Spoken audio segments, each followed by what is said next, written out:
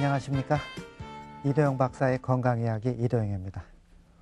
오늘 순서는 요통과 허리 디스크에 관해서 두 번째 이야기입니다. 제가 전 시간에 허리 근육이 약해서 발생하는 단순 요통에 대해서 설명드렸죠. 그러니까 오늘은 허리 척추의 병적 이상으로 발생하는 요통에 대해서 설명드릴 겁니다.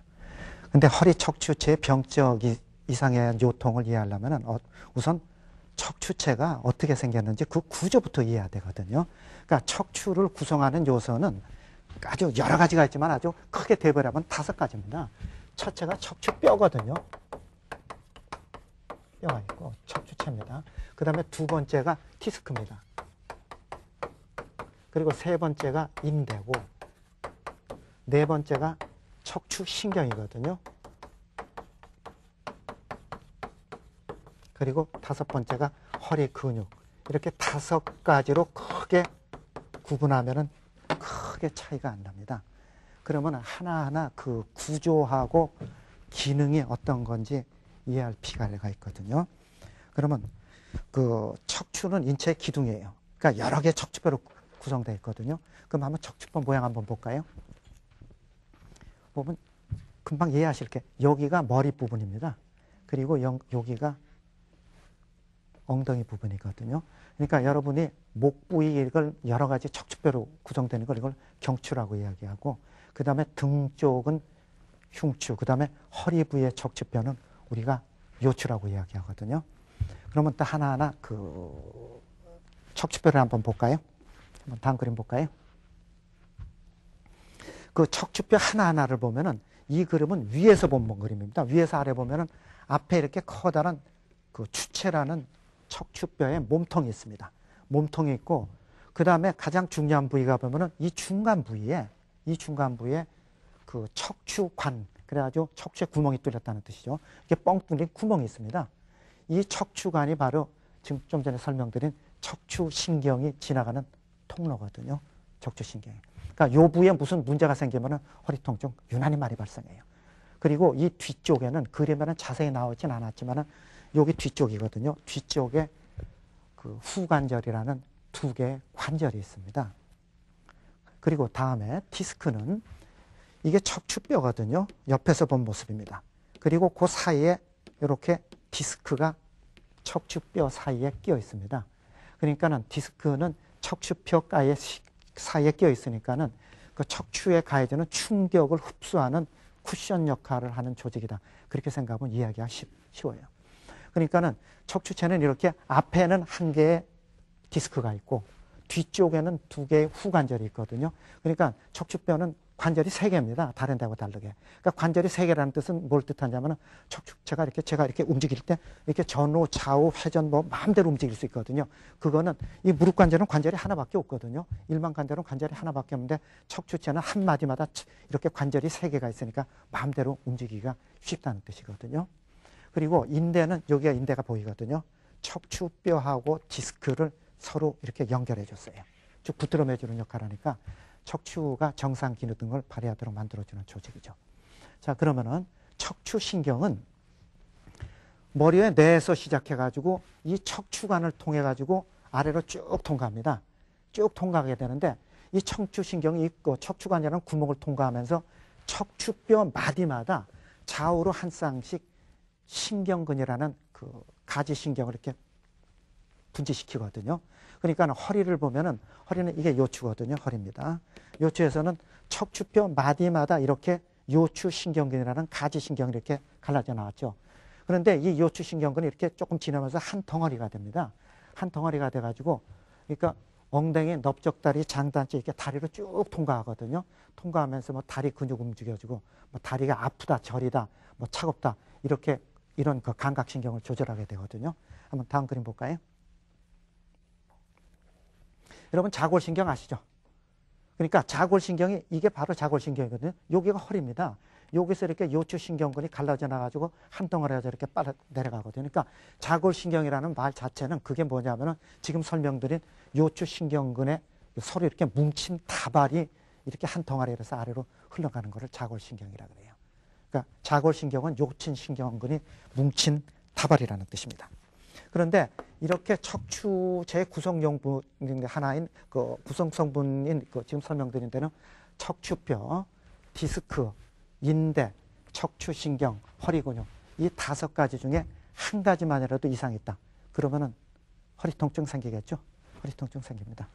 그런데 제가 오늘 설명드린 거는 요통과 허리 디스크에 관한 얘기거든요.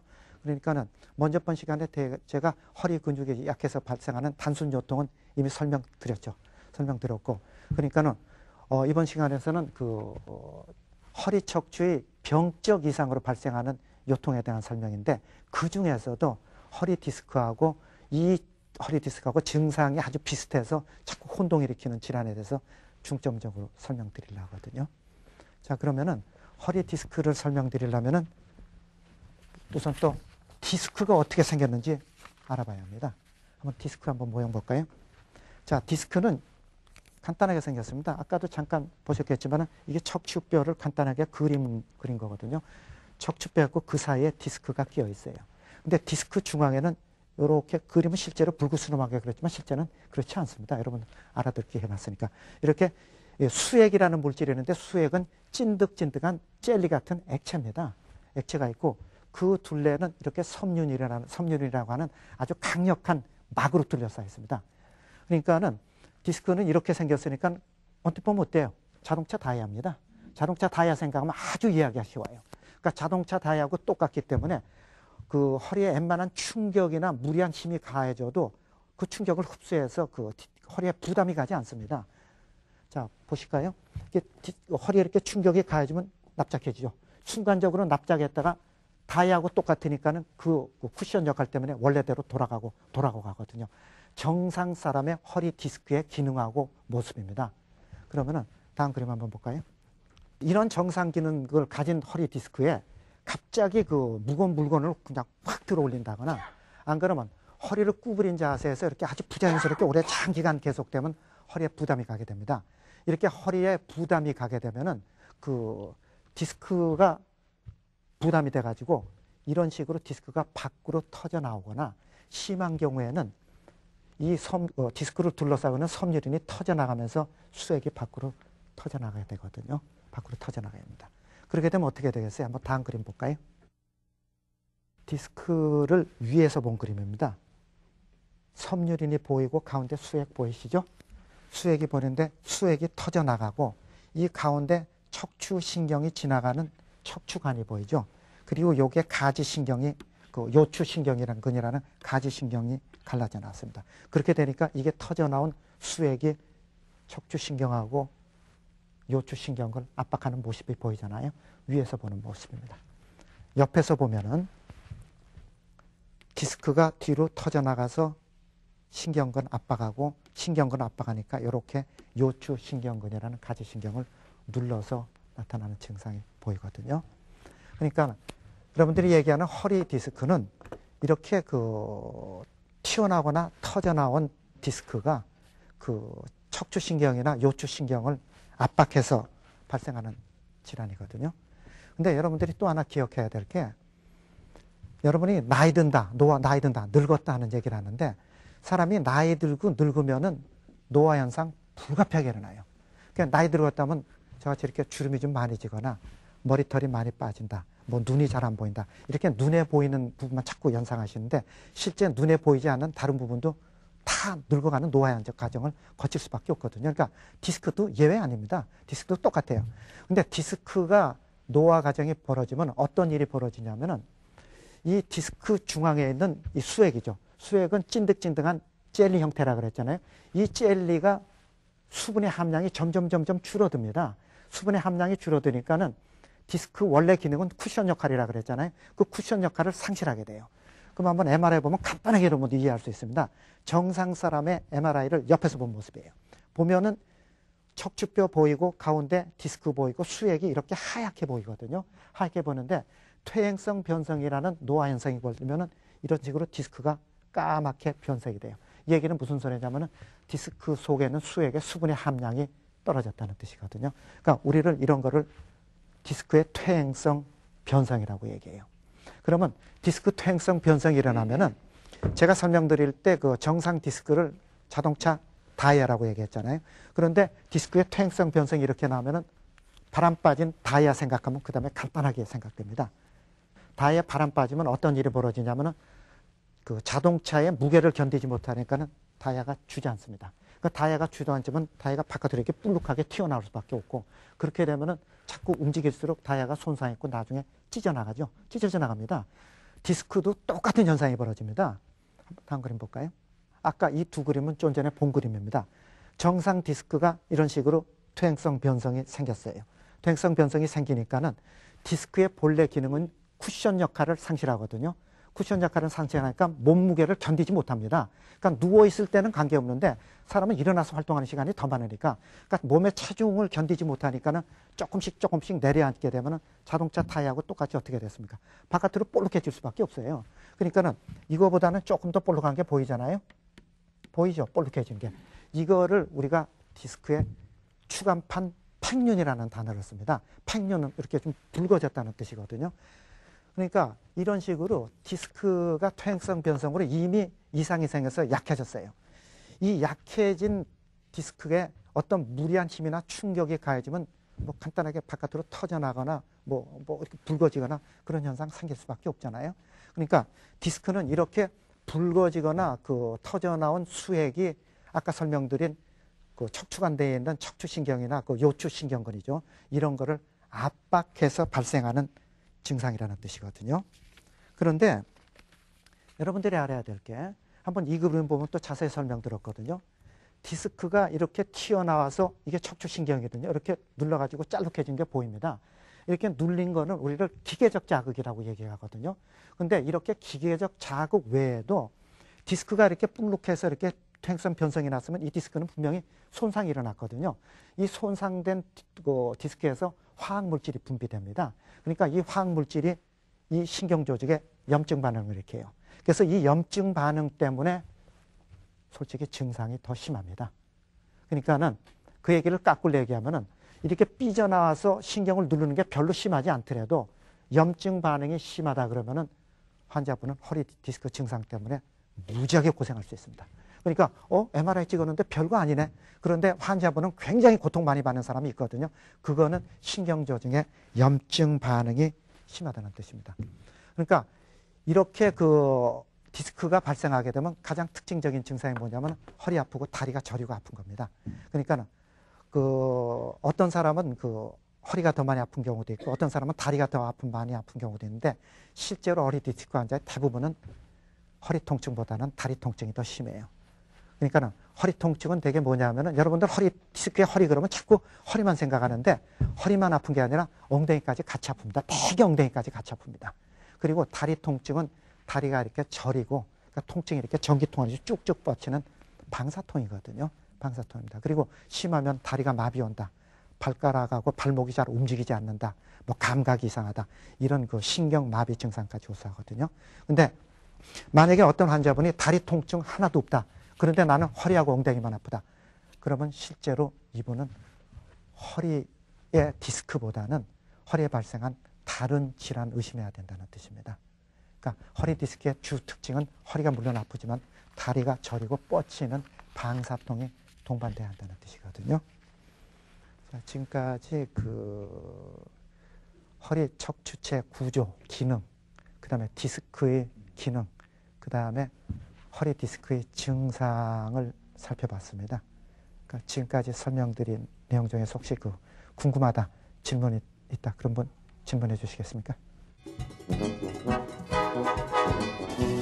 저는요, 운동도 열심히 하고 또 산에도 아주 굉장히 빨리 올라간다고 사람들이 그러는데요.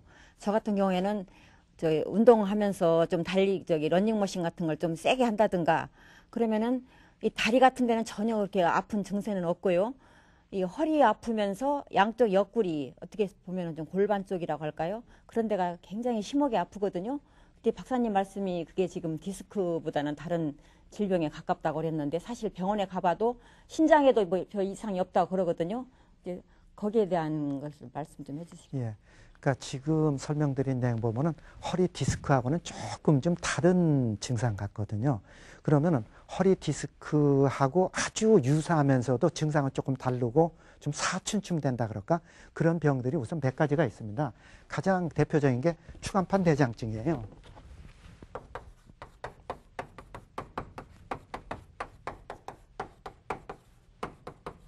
이 병은 이름 그대로 추간판의 안쪽에 이상이 생겼다. 뭐 간단하거든요. 한문이니까. 그러면 금방 알아들을 거예요.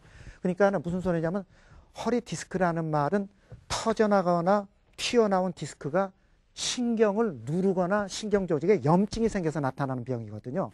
근데 추간판 내장증은 튀어나오지는 않았습니다. 약간 붉어졌을 뿐이지. 그러니까 그거에서 신경 조직은 눌림을 당하거나 뭐 이상은 생기지 않았는데 그 디스크 자체가 변성이 되면서 이상이 생기는 겁니다.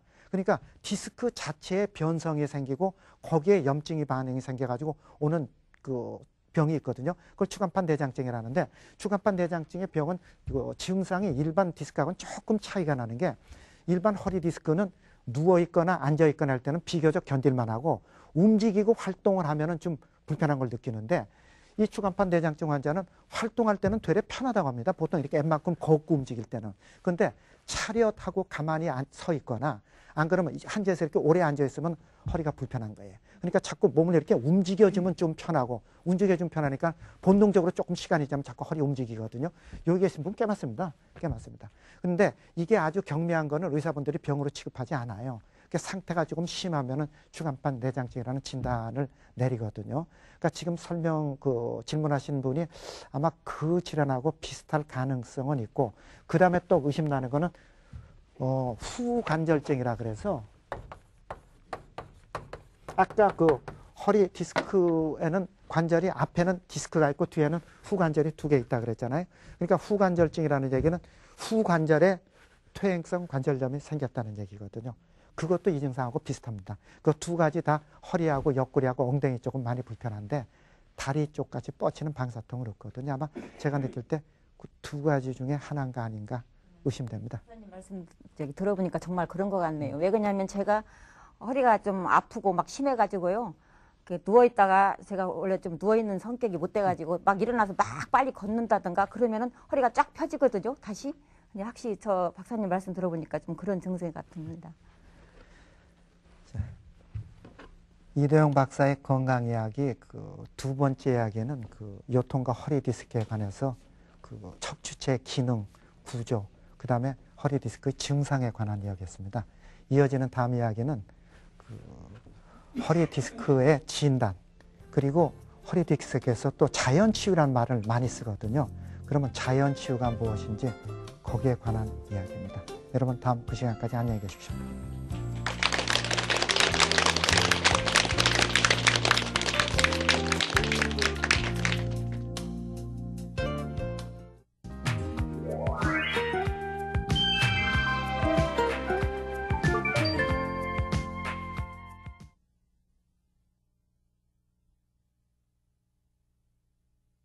그 이유는 바로 그 피부에 그 햇빛을 덜 받아서 비타민 B가 부족한 게 원인이라고 해석하고 있거든요.